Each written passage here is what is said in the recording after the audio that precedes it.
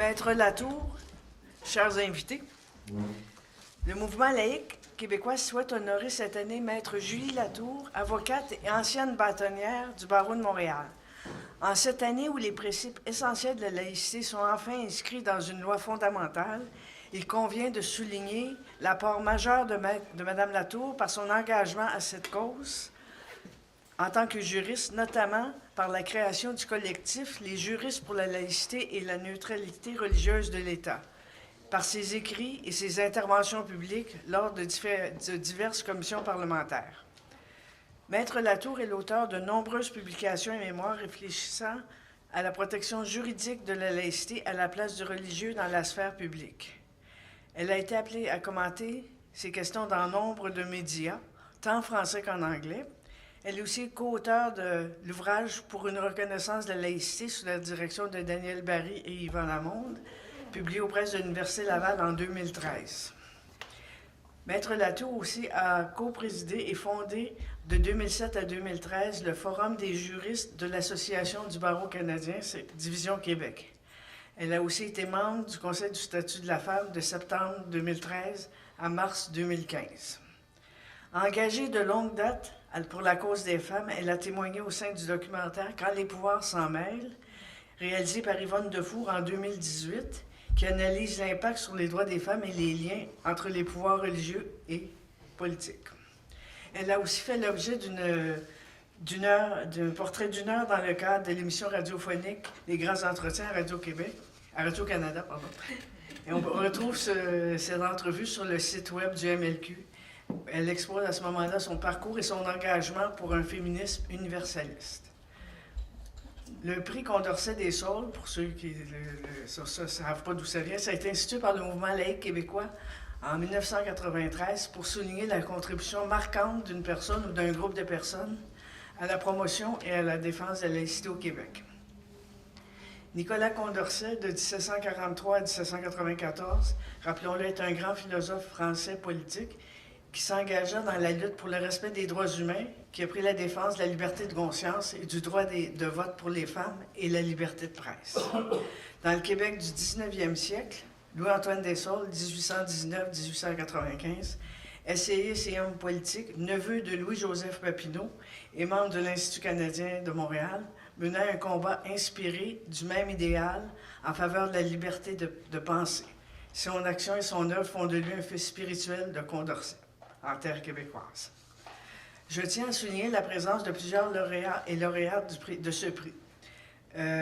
Janine Caro, conjointe de Pierre Gauvreau, pour les signataires du Refus global en 1998. Daniel Barry en 2006, Yolande Djeda en 2007, Daniel Payette en 2008, Paul Bégin en 2005, Guy Rocher, qui devait venir, va peut-être arriver, en 2009, Yvan Lamonde aussi, en 2013, Louise Mailloux, qui devait venir, mais qui a attrapé la grippe, 2014, Maître Luc Allary, Guy Rocher? Ah!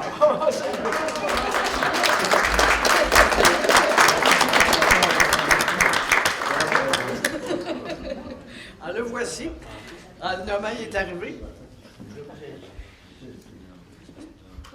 OK, Maître Luc Allary en 2015, Madame Nadia Mabrouk, qui devrait arriver elle aussi, et Andrea Richard en 2018, et Madame Micheline Trudel, qui devait venir. Elle, c'était la première récipiendaire en 1993, l'année où a été institué le prix Condorcet. Mais elle aussi, elle habite loin, alors je ne serais peut-être pas venue. Alors, je passe la parole à Daniel. Oui, bonjour tout le monde. Alors, c'est à moi qu'incombe l'immense plaisir et l'honneur de faire une courte présentation de notre lauréate de cette année, Julie Latour. Lucie Jobin vient quand même présenter certaines lignes de son parcours professionnel. Je pourrais ajouter à ça qu'elle est également membre du barreau de New York, ce qui est moins connu. Diplômée en 1988 de la faculté de droit de l'Université McGill, on lui pardonne. Il travaille depuis 1994 comme avocate à la direction des affaires juridiques de l'Auto-Québec. Mais c'est évidemment en tant que défendresse que nous honorons Julie Latour aujourd'hui, défendresse évidemment de la laïcité. Alors qu'elle était... En fait, je vais présenter quelques-unes de ses interventions.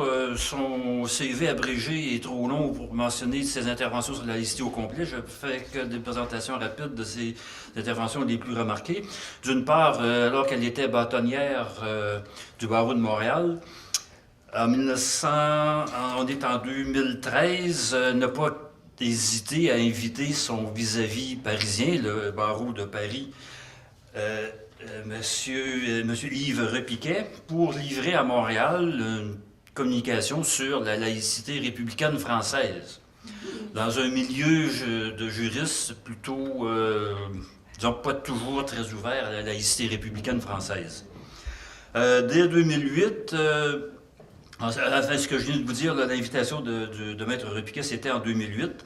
Cette même année, elle a été parmi les premiers aussi à relever les lacunes, les limites et tous les critiques qu'on pouvait adresser au rapport Bouchard-Taylor, en déplorant notamment l'absence dans ce rapport du concept de cohésion sociale qui devrait être un des piliers de la laïcité, mais qui est complètement absent du rapport Bouchard-Taylor. C'est sur ce terme de la cohésion sociale que Julie centre ses interventions sur la laïcité.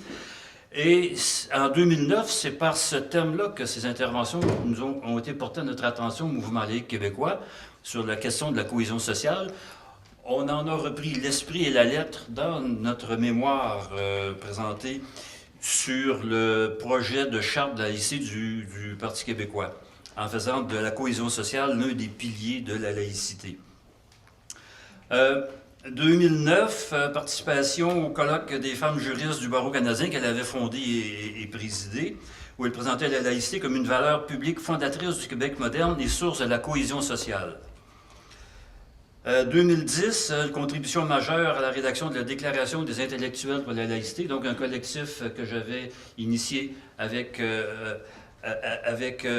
Guy Rocher, auquel Julie s'est jointe et auquel elle a apporté une contribution majeure donc, à cette déclaration qui a été endossée par quelques 65 000 personnes. Elle a par la suite multiplié ses interventions sur la laïcité à partir de cette déclaration où elle a repris constamment les arguments qu'on avait présentés dans la déclaration pour un Québec public et excusez-moi, pour un Québec laïque et pluraliste. C'était pas là, mais bon, l'esprit y était. Plus tard, en 2010, donc, un colloque de la Coalition Laïcité Québec, il présente une conférence notamment accompagnée de Guy Rocher et Jamila Benhabib. 2010, on lui doit la rédaction du mémoire des intellectuels de la laïcité sur le projet de loi 94. C'était le projet de loi qui prévoyait des encadrements pour les demandes d'accommodement raisonnable et présentation de ce mémoire en commission parlementaire, accompagné de M. Rocher et de moi-même. 2012, au colloque des IPL à l'Université de Montréal, elle présente une communication titrée pour assurer la protection législative de la laïcité, une démarche essentielle à la cohésion sociale. Donc ce thème revient continuellement dans ses interventions et cette communication publiée dans le volume que mentionnait Lucie, pour un Québec, c'est-à-dire pour une reconnaissance de la laïcité au Québec, donc un collectif qui était issu du colloque en question. Automne 2013, alors qu'elle vient d'être nommée au Conseil du statut de la femme, on apporte une contribution déterminante aux mémoires du Conseil sur le projet de loi 60, donc l'ancienne charte du Parti québécois. Ce mémoire qui a pour titre « Affirmer la laïcité » et ça reste un document de référence en matière de laïcité en lien avec le droit des femmes encore aujourd'hui. Je fais un petit bond dans le temps là, pour parler d'interventions plus récentes dans de nombreux médias. On l'a vu assez récemment. 2017, au Canal Savoir, notre débat avait accompagné de M. Rocher sur la question « Quelle laïcité pour le Québec ?» Automne 2018, on la retrouve dans le documentaire que sûrement plusieurs d'entre vous ont vu. « Quand les pouvoirs s'en mêlent », le documentaire d'Yvonne Defour avec la participation de Vincent Gratton comme pas animateur, mais en fait, il nous fait suivre sa réflexion sur la laïcité. Un documentaire tourné au Québec, en France, en Tunisie, aux États-Unis, qui traite de l'érosion du droit des femmes qui est fragilisée par le retour de la religion dans la scène politique. 2018, les grands entretiens de Radio-Canada lui consacrent une émission où elle expose son parcours et son engagement pour un féminisme universaliste. 2019, donc, elle donne une réplique bien sentie à Gérard Bouchard à l'émission 2460 concernant le projet de loi 21. En fait, dans toutes ses interventions, Julie intervient sans compromis, mais de façon posée, avec conviction et force persuasive. On lui doit, en fait, une reconnaissance pour ses habiletés de persuasion, d'arguments bien placés, et le tout se fait toujours dans le respect de la discussion, mais comme je dis, sans compromis. Et j'ai gardé la pièce maîtresse pour la fin. Bon, ça a été mentionné, là, la création en 2013 du collectif Les juristes pour la laïcité et la neutralité religieuse de l'État. Alors, qui fait contrepoids aux interventions de nombreux autres juristes qui prônent plutôt, qui défendent l'intrusion de la religion dans les affaires de l'État. Julie Latour rédige le premier mémoire du collectif à l'occasion de la commission parlementaire sur le projet de loi 60. Et il va le présenter en commission parlementaire en compagnie de Claire Leroux-Dubé et du constitutionnaliste Henri Brun. Le collectif intervient à nouveau en novembre 2016 avec un mémoire sur le projet de loi 62. C'est le projet de loi, c'est la loi sur la neutralité religieuse de l'État. Et finalement, en mai dernier, rédaction par Julie du mémoire des juristes pour la laïcité sur le projet de loi 21, donc la loi sur la laïcité de l'État. Nous avons enfin, dans cette loi, la laïcité parmi les principes fondamentaux de notre législation, et je pense qu'on en doit certaines reconnaissances aux interventions de Maître Julie Latour. Il est sans contredit pour quelque chose. Bravo, Julie. Avant de lui passer la parole, on a mentionné la présence ici des lauréats les lauréats du prix Condorcet qui sont ici, on les a mentionné leur présence. Nous avons reçu un message, une adresse à Julie de la part de Jamila Benhabib, qui est lauréate du prix Condorcet également. Alors, je suis très heureuse du choix de Julie Latour comme lauréate du prix Condorcet des Saules. J'ai une profonde admiration pour Julie, sa force, sa droiture, son attachement à notre histoire, sa grande culture générale et son désir de contribuer au débat public font d'elle une militante absolument remarquable. Et surtout, une alliée solide sur qui l'on peut compter aisément. Durant toutes ces années, son implication a été décisive pour une meilleure compréhension des enjeux. Pour moi, sa contribution principale a été de me réconcilier avec le droit que je pensais foncièrement hostile à la laïcité, surtout avec les jugements de la Cour suprême sur les accommodements. Aujourd'hui, nous célébrons Julie, elle qui continue de défendre l'idée que dans une démocratie, le droit doit rimer avec laïcité. Puisque ce principe humaniste est garant de toutes nos libertés, autant individuelles que collectives, ce combat est évidemment à l'affaire de l'ensemble des laïcs à travers le monde. Félicitations très, très chère Julie pour cette distinction. Chaleureuse salutations au mouvement laïque québécois et à vous tous, chers compagnons de route, camarades et amis. Votre travail est inestimable, continuons ensemble, où que nous soyons, et vive la laïcité, signé Jamila Benhabib. Alors, nous fait plaisir donc de remettre cette plaque à Maître Latour, qui va nous adresser quelques mots.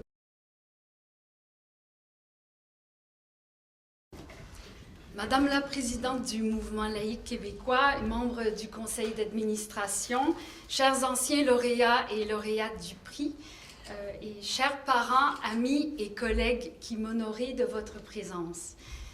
Je suis touchée de l'honneur que vous me faites aujourd'hui en m'octroyant cette reconnaissance et par les mots généreux de Lucie Jobin, Daniel Barry et Jamila Benhabib à mon endroit. Et je suis émue de la présence ici de tous ceux qui comptent dans cet inlassable combat pour édifier une laïcité digne de ce nom au Québec. En défendant la laïcité, nous sommes du bon côté de l'histoire, mais du mauvais côté de l'idéologie ambiante du politiquement correct. Nous le savons tous dans ce que ce combat nous coûte au plan personnel. On ne reçoit pas beaucoup de médailles. L'autoritarisme idéologique revêt encore les habits d'un paternalisme moralisateur qui imprègne de plus en plus la discussion publique. On cite maintenant en exemple les signataires de Refus global et les précurseurs de la Révolution tranquille, en oubliant de dire qu'ils étaient souvent mis au banc de leur société bien pensante. La quête de laïcité est difficile, mais elle vise à faire avancer les humains ensemble dans une citoyenneté partagée. Nous sommes du bon côté de l'histoire, mais il n'y a pas de pourpre, ni d'apparat ou de bourse philanthropique pour appuyer notre quête, mus par la seule richesse de nos âmes, de nos convictions pour le juste et de nos cœurs réunis autour de la défense bénévole, de la dignité et de la liberté de ce qui fait l'humain. Les sociétés démocratiques modernes ne sont plus là pour promettre le salut, mais bien l'égalité, ni pour prêcher des vérités, mais bien la liberté. Et c'est ce que reflète la laïcité qui permet la liberté de conscience, l'égalité citoyenne et la possibilité d'émancipation. Je tiens donc au premier chef à partager cet honneur avec vous, les lauréats précédents de ce prix, qui avaient contribué à faire avancer cette quête, ainsi qu'avec tous les membres du Conseil du mouvement laïque québécois. La plus grande noblesse de ce combat, c'est vous qui l'incarnez, par votre constance à défendre haut et fort le flambeau de la laïcité et de la liberté de conscience au Québec. Dans les dossiers où intervient le mouvement laïque, il est souvent seul face à nombre de coalitions religieuses qui sont, quant à elles, dotées de moyens financiers significatifs, sans compter leur effet concerté. Je tiens à souligner le talent et l'engagement indéfectible de Maître Luc Allary, qui a tenu à bout de bras nombre de causes phares initiées par le mouvement laïque québécois, dont l'affaire de la prière au conseil municipal de Ville-Saguenay. Dans son jugement unanime rendu en 2015, dans cette affaire très médiatisée, la Cour suprême a déclaré que l'obligation de neutralité de l'État relève d'un impératif démocratique et elle a posé les jalons d'un État clairement incarné dans ses représentants et a insisté sur l'importance de ce que véhicule l'apparence, pavant ainsi la voie à une législation digne de ce nom. Comme avocate engagée pour la laïcité depuis près de 15 ans, je suis d'autant plus touchée de me voir attribuer le prix Condorcet des Saules en cette année où, dans un geste historique, et Daniel Barry y faisait référence, le législateur québécois affirme et encadre la laïcité de l'État de façon explicite dans une loi fondamentale. Adoptée le 16 juin dernier, la loi 21 définit également les principes constitutifs de cette laïcité et l'incarne dans ses institutions et dans les représentants de l'État exerçant l'autorité au sens large, l'autorité coercitive et l'autorité morale dans le cas des enseignants. Il s'agit d'une loi mesurée, le reflet d'une société mature, capable de se projeter dans l'avenir. La loi 21 fait œuvre utile et matérialise l'important consensus social et politique qui se dégage autour de cet enjeu. Il s'agissait du 7e projet de loi sur cette question présenté à l'Assemblée nationale depuis 2008. Face à un tel constat, on peut se demander sur quelle planète vivent ceux qui allèguent que le projet de loi 21 aurait été adopté avec trop de précipitation. Le socle de la laïcité est enfin posé et l'aménagement de ce principe dans la société québécoise pourra continuer d'évoluer. Malheureusement, la partie ne sera pas facile avec les contestations judiciaires qui ont suivi l'adoption du projet de loi, malgré le recours légitime en l'instance aux clauses dérogatoires. Les résistances idéologiques fondées sur les droits individuels tous azimuts, de même que l'incompréhension face au rôle sociétal de la laïcité demeure significative. Il faut noter que le principe de laïcité ne suscite en lui-même guère de résistance. C'est plutôt son corollaire, le volet de la prohibition du port de signes religieux pour certains représentants de l'État en autorité, qui soulève les passions. Et il va de soi que l'absence de balises législatives depuis 15 ans, sous le vocable de la laïcité ouverte, a entraîné l'érosion d'un espace civique authentiquement neutre. D'où les réticences actuelles compte tenu de la permissivité qui était le lot du vide juridique en cause. Pour cette raison, afin de donner pleinement effet à la loi 21, il m'apparaît que l'État québécois devrait créer un conseil de la laïcité, comme il en existe dans diverses nations européennes. Ce conseil pourrait faire œuvre d'information et d'éducation en faisant mieux connaître la laïcité sur le terrain, réunir des données et éclairer les pouvoirs publics et proposer au gouvernement des mesures visant au respect du principe de laïcité. La laïcité est la condition essentielle du pluralisme religieux et spirituel. Elle protège de ce fait le droit des minorités religieuses, mais on essaie de lui faire dire le contraire. De plus, elle n'est pas la cause, mais bien le symptôme des tensions sociales et des forces extérieures agissantes sur la société qu'elle vise à juguler. La laïcité marque l'ouverture de l'État au pluralisme et du religieux à l'altérité. Le terme laïcité vient au plan étymologique du mot grec laïkos qui signifie « qui appartient au peuple ». Alors c'est le peuple qui forge ses institutions publiques à l'abri de pouvoirs tiers et qui se reconnaît dans cet espace public qu'est sa nation. C'est l'affirmation qu'aucune loi de nature extérieure ne peut prévaloir sur celle établie démocratiquement par la société civile. Et la laïcité n'est pas une abstraction, elle se bâtit et tous doivent y contribuer. Contrairement au sens commun libéral, la liberté ne s'affirme pas toujours contre l'État, c'est au contraire grâce à l'État et à la notion de souveraineté populaire que la prééminence de la nation politique sur les églises a pu prendre enfin corps et faire en sorte que la liberté de croire et de ne pas croire soit enfin reconnue et avec elle, l'égalité de tous les citoyens et citoyennes sans distinction d'origine ou de conviction spirituelle. À titre d'illustration, le Québec célèbre cette année les 50 ans de l'avènement du mariage civil, ce qui est révélateur de la longue quête des non-croyants pour un statut égal à celui des croyants.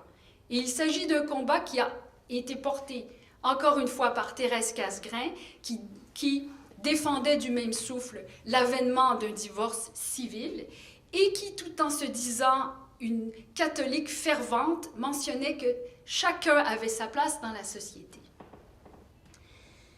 On craignait jadis la destruction nucléaire, puis je ne prétends pas que ce péril soit effacé, mais il s'en ajoute un nouveau dans les démocraties libérales.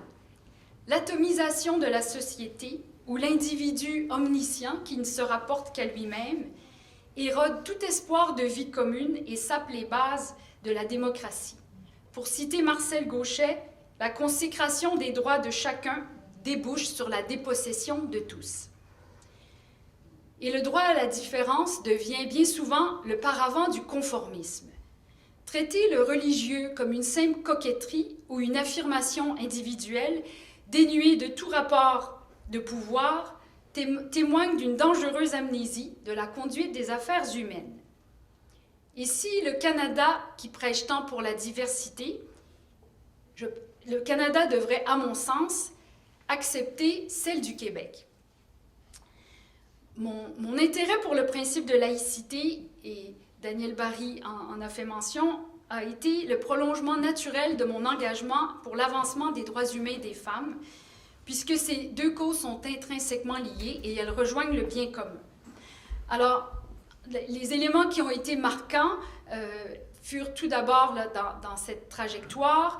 J'en ai fait un élément important du thème de mon bâtonnat, puisque lors de la rentrée judiciaire que je tenais comme bâtonnière du barreau de Montréal en 2006-2007, j'ai décerné la médaille du barreau de Montréal à titre posthume à Annie MacDonald-Langstaff, la première femme qui a été diplômée en droit au Québec en 1914, mais qui n'a jamais pu accéder à la profession d'avocate. Et le midi, donc j'ai invité le bâtonnier de Paris, maître Yves Repiquet, devant un parterre de plus de 500 avocats et avocates, à nous entretenir de laïcité et état de droit du point de vue de la France, parce que j'estimais que cet éclairage comparatiste serait riche pour les juristes au moment même où la Cour suprême du Canada venait de rendre 2 décisions, en 2004-2006, les décisions Amselem et Multani. En 2009, j'ai traité des aspects juridiques de la laïcité dans le cadre d'un colloque conjoint organisé par CISIF et le Conseil du statut de la femme, laïcité et égalité, quel projet pour le Québec. Et j'ai pris la parole aux côtés de Christiane Pelcha, alors présidente du Conseil du statut de la femme, et Jamila Benhabib, qui était jeune essayiste, mais dont on sentait déjà la fougue si palpable. Et ces échanges fructueux ont continué. Diane Guilbeault était également conférencière.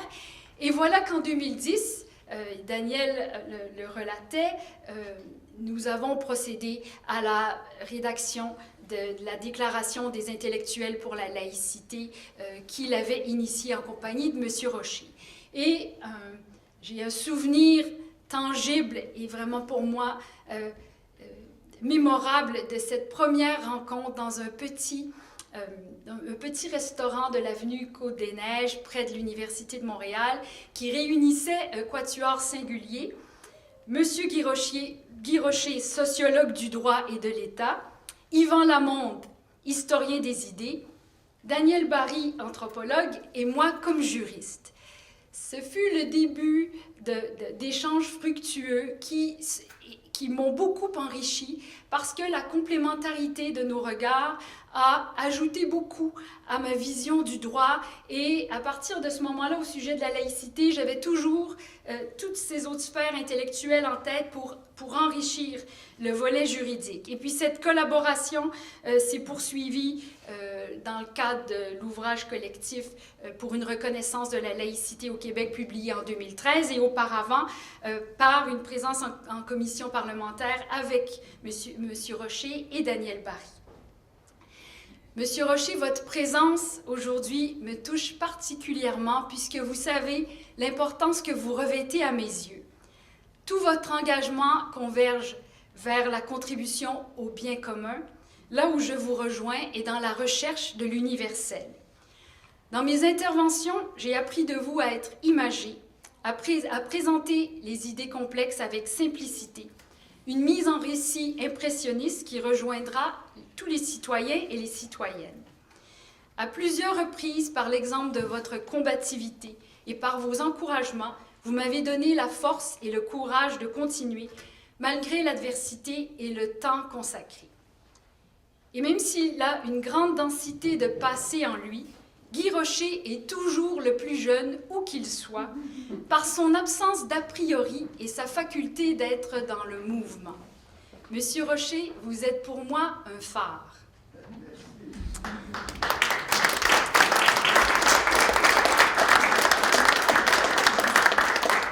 J'ai créé en 2013 le collectif des juristes pour la laïcité et la neutralité religieuse de l'État, et nous sommes intervenus en commission parlementaire sur tous les projets de loi touchant à cette matière.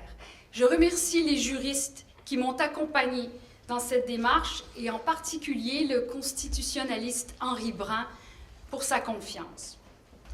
Un autre souvenir marquant de mon engagement, mon défunt beau-père Philippe Casgrain, que j'avais converti à l'âge de 80 ans aux vertus de la laïcité et qui assistait avec empressement à toutes mes conférences et qui se liait même avec mes amis féministes. Des mots de reconnaissance à Louise Mayou, André Yannakopoulos, Yolande Jeddah, Andrea Richard et Nadia El Mabrouk. Votre contribution au débat public est significative. Quelques mots pour ma famille et mes amis, dont le support et les encouragements me sont précieux et les échanges fructueux. À ma chère amie Janine Caro, artiste peintre, qui défend l'intégrité de l'héritage de Refus Global avec un courage et une constance qui forcent l'admiration. À Gilbert Turp, écrivain et dramaturge, pour le plaisir de nos échanges sporadiques, et je peux dire la même chose de son cousin, le professeur Daniel Turp. À mes amis, Guylaine Henry et Sylvie Louis pour leur amitié indéfectible. Merci à ma famille d'accepter les piles de jurisprudence et d'ouvrages sur la laïcité qui me suivent partout, et à mon conjoint qui est aussi juriste et avec qui j'exerce mes premiers arguments et qui se dit d'ailleurs le cobaye de mes prises de position. À mes grands frères, Pierre et Claude Latour, et à ma sœur Louise, qui incarne le fraternel dans ce que ce terme a de plus noble. À ma fille Alix Casgrain, mon inspiration au quotidien, maintenant une jeune femme de 20 ans en seconde année de droit à l'Université de Montréal, qui sait penser par elle-même et dont la présence sur Terre embellit l'humanité. En conclusion, je me suis impliquée dans la défense de la laïcité, mue par la même quête de sens qu'exprime Albert Camus dans le mythe de Sisyphe. Ce rocher que l'humain porte inlassablement vers le sommet pour le voir dévaler incarne la temporalité humaine dans la construction, la destruction, et la possibilité pour l'être humain d'inventer sa vie et d'en créer lui-même le sens. Et puisque la défense de la laïcité est toujours à recommencer, il va de soi que c'est un mythe utile.